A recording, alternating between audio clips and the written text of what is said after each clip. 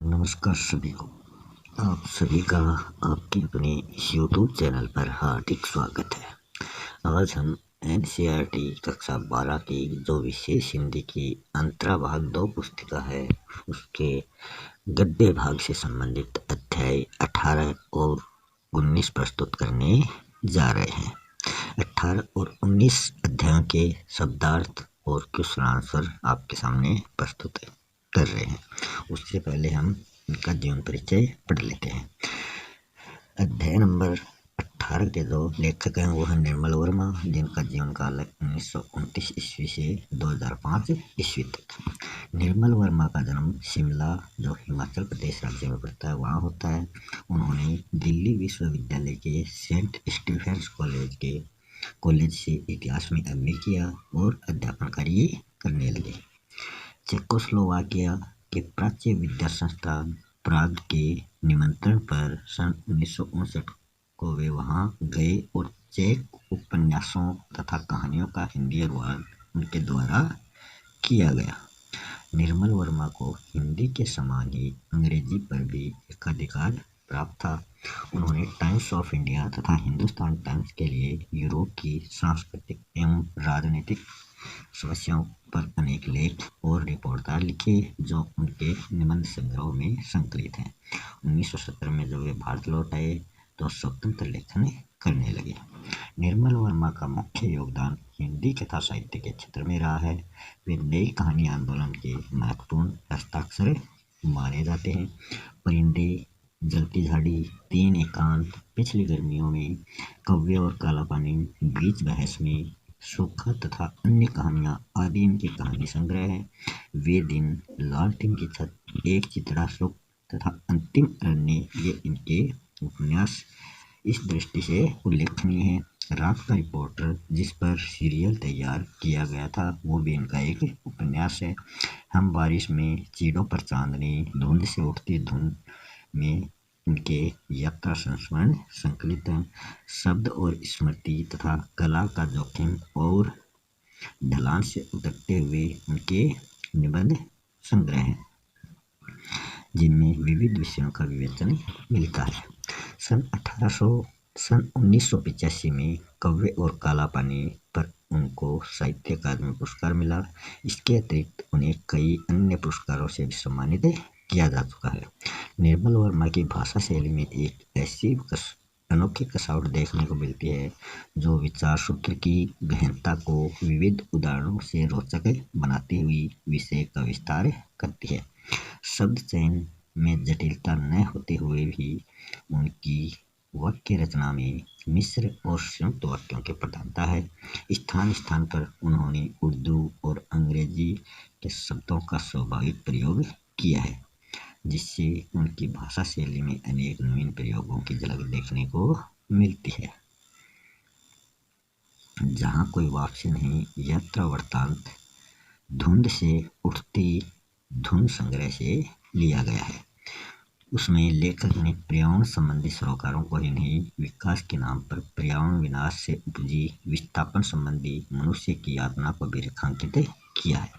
लेखक का मानना है कि अंधाधुंध विकास और पर्यावरण संबंधी सुरक्षा के बीच संतुलन होना चाहिए, नहीं तो विकास हमेशा विस्थापन और पर्यावरण संबंधी समस्याओं को जन्म देता रहेगा और मनुष्य अपने समाज, संस्कृति और परिवेश से विस्थापित होकर जीवन जीने के लिए विवश होता रहेगा।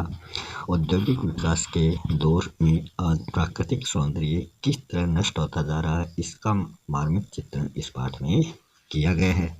यह पाठ विस्थापितों की अनेक समस्याओं का हृदयस्पर्शी चित्र प्रस्तुत करता है।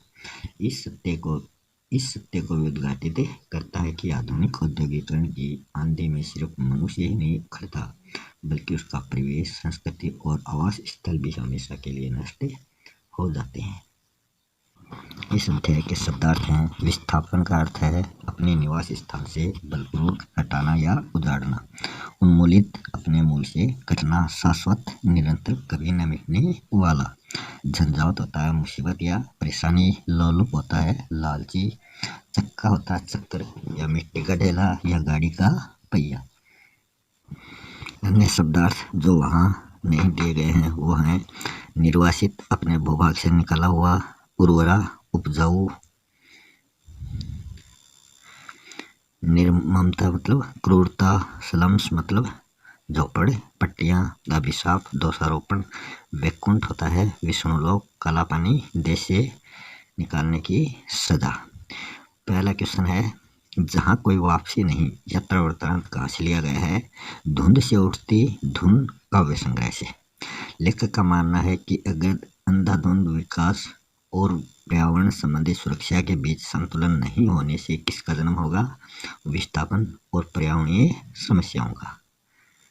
नेक्स्ट क्वेश्चन है, लेखक धान की रोपाई के समय सिंगरौली के क्षेत्र नवागांव गया था 1983 को जुलाई के अंत में। अमझर गांव में आम के पेड़ों के उजड़ने का प्रमुख कारण क्या माना जा रहा था? अमरोली प्रोजेक्ट। जरा सी आट पाते ही वे एक साथ सिर उठाकर चौड़ी हुई निगाहों से हमें देखती। रेखांकित शब्द किसके लिए प्रयुक्त हुआ है? कि ये जो वे शब्द है ये किसके लिए प्रयुक्त हुआ है? तो ये हुआ है धान की रोपाई करने वाली महिलाओं के लिए। लेखक ने आधुनिक भारत के नए शरणार्थी किसको कहा है? औद्योगिकरण की आंधी में उड़े सिंगरौली के विस्थापित लोगों को। 1926 से पूर्व सिंगरौली पर किसका शासन था? तो वो खेरवाड़ जाति के आदिवासी राजा का। सिंगरौली अपने अतुल प्राकृतिक सौंदर्य के बावजूद काला पानी क्यों माना जा रहा है? विंध्याचल और कैमूर की पहाड़ियों व जंगलों से घिरा होने के कारण, यातायात के साधनों का अभाव होने के कारण।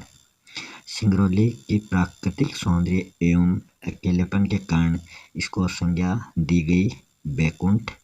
प्राकृतिक सौंदर्य के कारण बैकुंठ और अकेलेपन के कारण काला पानी की संज्ञा दी गई।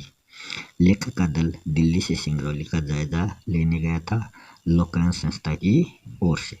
सिंगरौली में निर्माण कार्य हुआ था रिहंद बांध, central coalfield, national super thermal power corporation. लेखक के अनुसार पश्चिम की देखा देखी के कारण भारत के शिक्षित सत्ताधारियों ने विकास की योजनाएं बनाते समय किसका ध्यान नहीं रखा? प्रकृति, मनुष्य और संस्कृति के बीच संतुलन को बचाने का। तो अगर आपको वीडियो अच्छा लग रहा है तो इस चैनल को सब्सक्राइब जरूर करें। इस चैनल पर आपको कक्षा 9 से 12 तक के सभी गद्य भाग से संबंधित वीडियो प्राप्त होंगे। अध्याय नंबर 19 है रामविलास शर्मा से संबंधित। इनका जीवन काल रहा है 1912 ईस्वी से लेकर 2000 ईस्वी तक। इनका जन्म उत्तर प्रदेश के उन्नाव जिले के ऊंच गांव सानी गांव में हुआ है। इन्होंने लखनऊ विश्वविद्यालय से अंग्रेजी साहित्य में एमए तथा पीएचडी की उपाधि प्राप्त की। पीएचडी करने के बाद उन्होंने लखनऊ विश्वविद्यालय में ही कुछ समय तक अंग्रेजी विभाग में अध्यापन कार्य किया और 1943 से लेकर 1971 तक वे आगरा के बलवंत राजपूत कॉलेज में अंग्रेजी के प्राध्यापक रहे। 1971 के बाद कुछ समय आगरा के ही के.एम. मुंशी विद्यापीठ के निदेशक भी रहे। जीवन के आखिरी वर्षों में वे दिल्ली में रहकर साहित्य, समाज और इतिहास से संबंधित चिंतन और लेखन करते रहे और यही उनका देहावसान हुआ। रामविलास शर्मा आलोचक, भाषाशास्त्री, समाज चिंतक और इतिहासवेत्ता रहे हैं। साहित्य के क्षेत्र में उन्होंने कवि और आलोचक के रूप में पदार्पण किया। उनकी कुछ कविताएं अज्ञे द्वारा संपादित तार सप्तक में संकलित हैं। हिंदी की प्रगतिशील आलोचना को सुव्यवस्थित करने और उसे नई दिशा देने का महत्वपूर्ण काम उन्होंने किया है। उनके साहित्य चिंतन के केंद्र में भारतीय समाज का जनजीवन, उनकी समस्याएं और उनकी आकांक्षाएं रही है। उन्होंने वाल्मीकि, कालिदास और भवभूति के काव्य का नया मूल्यांकन और तुलसीदास के महत्व का विवेचन भी किया है। रामविलास शर्मा ने आधुनिक हिंदी साहित्य का विवेचन और मूल्यांकन करते हुए हिंदी की प्रगतिशील आलोचना का मार्गदर्शन किया है। रामविलास शर्मा ने आधुनिक हिंदी साहित्य का विवेचन और मूल्यांकन करते हुए हिंदी की प्रगतिशील आलोचना का मार्गदर्शन किया। अपने जीवन के आखिरी दिनों में वे भारतीय समाज, संस्कृति और इतिहास की समस्याओं पर गंभीर चिंतन और लेखन करते हुए भारतीय समाज की समस्याओं को समझने के लिए अतीत की विवेक यात्रा करते रहे। महत्वपूर्ण विचारक और आलोचक के साथ साथ रामविलास जी एक सफल निबंधकार भी थे। उनके अधिकांश निबंध विरामचिह्न नामक पुस्तक में संग्रहित हैं। उन्होंने विचार प्रधान और व्यक्ति व्यंजक निबंधों की रचना की। प्राय उनके निबंधों में विचार और भाषा के स्तर पर एक रचनाकार की जीवंतता और सहृदयता मिलती है। स्पष्ट कथन, विचार की गंभीरता और भाषा की सहजता उनकी निबंध शैली की प्रमुख विशेषताएं मानी जाती हैं। रामविलास शर्मा को अनेक पुरस्कारों से सम्मानित किया गया। निराला की साहित्य साधना पुस्तक पर साहित्य अकादमी पुरस्कार प्राप्त हुआ। अन्य प्रतिष्ठित पुरस्कारों में सोवियत भूमि नेहरू पुरस्कार, उत्तर प्रदेश का भारत भारती पुरस्कार, व्यास सम्मान और हिंदी अकादमी दिल्ली का सलाहकार सम्मान उल्लेखनीय रहे।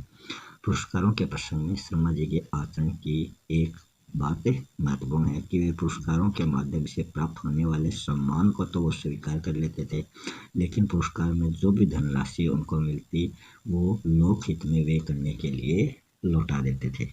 उनकी इच्छा थी कि यह राशि जनता को शिक्षित करने के लिए खर्च की जाए। उनकी उल्लेखनीय कृतियां हैं भारतेंदु और उनका युग, महावीर प्रसाद द्विवेदी और हिंदी नवजागरण, प्रेमचंद और उनका युग, निराला की साहित्य साधना जिसके 3 खंड, भारत के प्राचीन भाषा परिवार और हिंदी 3 खंड, भाषा और समाज, भारत में अंग्रेजी राज और मार्क्सवाद, इतिहास दर्शन, भारतीय संस्कृति और हिंदी प्रदेश आदि इनकी प्रमुख रचनाएं हैं। यथास में रोस्ते विश्वम नामक निबंध उनके निबंध संग्रह विराम चिन्ह से लिया गया है। इसमें उन्होंने कवि की तुलना प्रजापति से करते हुए उनके क्रम के प्रति सचेत किया है। लेखक के अनुसार साहित्य जहाँ एक और मनुष्य को मानसिक विश्रांति प्रदान करता है, वहीं उसे उन्नति के मार्ग पर अग्रसर होने की प्रेरणा भी देता है। साहित्य प्रतिबद्धता साहित्य की कसौटी मानी जाती है। 15वीं शताब्दी से आज तक के साहित्य के अध्ययन मूल्यांकन के लिए रामविलास जी ने इसी जनवादी साहित्य चेतना को मान्यता दी है। इस अध्याय में आए महत्वपूर्ण शब्दार्थ हैं। नकल नवीस मतलब नकल करने वाले, पार्श्व बगल या बाजू, क्षुब्ध होता है खिन्न, क्षोभयुक्त या अशांत, जीर्ण होता है पुराना या जर्जर, 5 जन्य श्री कृष्ण के एक शंख का नाम, दृढ़वत दृढ़ प्रतिज्ञ, विश्रांति आराम, रुद्र स्वर मतलब रुकी हुई आवाज, हिंसा मतलब बंधन या कैद, सुगर होता है सुगर या सुंदर, पंख कतरना होता है नियंत्रित करना, शुद्ध होता है अशांत, प्रजापति होता है सृष्टि का रचयिता जिसको ब्रह्मा भी कहा जाता है, दृष्टा दर्शक, परिधि मतलब बाहरी सीमा, सृष्टा होता है रचयिता, प्रतिबिंबित होता है दर्पण में प्रतिफलित, उत्सुक, असार मतलब अर्थहीन जिसका कोई सार न हो। यथास में रोस्ते विश्वम निबंध लिया गया है। ये विराम चिन्ह निबंध संग्रह से लिया गया है। प्रस्तुत निबंध में कवि की तुलना प्रजापति से करते हुए किसे सचेत किया गया है? मनुष्य के कर्म के प्रति, मनुष्य को कर्म के प्रति सचेत किया गया। प्रजापति ने जो समाज बनाया उससे असंतुष्ट होकर नया समाज बनाने का जन्मसिद्ध अधिकार किसका है? कविता का। यूनानी लेखक कला को क्या मानते थे? जीवन की नकल। कवि के असंतोष की जड़ क्या थी? समाज में मानव संबंध, सामाजिक प्रतिबद्धता कसौटी मानी गई है साहित्य की। दुर्लभ गुणों को एक ही पात्र में दिखाकर समाज को दर्पण में प्रतिबिंबित कर सृष्टि की वो की आदि कवि ने। अगर कवि राम के साथ रावण को प्रकट नहीं करे तो राम के चारित्रिक गुण किसी को भी दिखाई नहीं देते। कवि के यथार्थ जीवन से क्या उत्पन्न होते हैं? चित्र के चटकीले रंग और पार्श्वभूमि की गहरी काली रेखाएं। 15वीं-16वीं सदी में सामंतिक पिंजड़े में बंद मानव के जीवन की मुक्ति पर प्रहार किए हैं वर्ण और धर्म के सिंचों पर। 17वीं व 20वीं सदी के भारतीय कवियों ने जिस पर प्रहार किए हैं अंग्रेजी राज और सामंती अवशेषों के पिंजड़े पर। साहित्य का पांचजन्य प्रेरणा नहीं देता, मानव को भाग्य के सहारे बैठने और पिंजरे में पंख फड़फड़ाने की।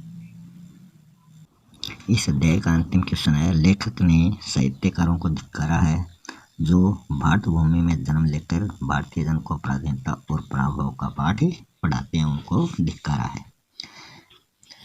आपके सामने पद्य भाग से संबंधित चैनल दे रखा स्टडी मेंटर। इस चैनल पर आप कक्षा 9 से लेकर 12 तक के सभी अध्याय हिंदी अनुवाद सहित देख सकते हो। और गद्य भाग से संबंधित जितने भी अध्याय हैं कक्षा 9 से 12 तक, वो आप do your best and you will succeed channel पर देख सकते हो। अतः आपसे निवेदन है इन चैनलों को सब्सक्राइब जरूर करें।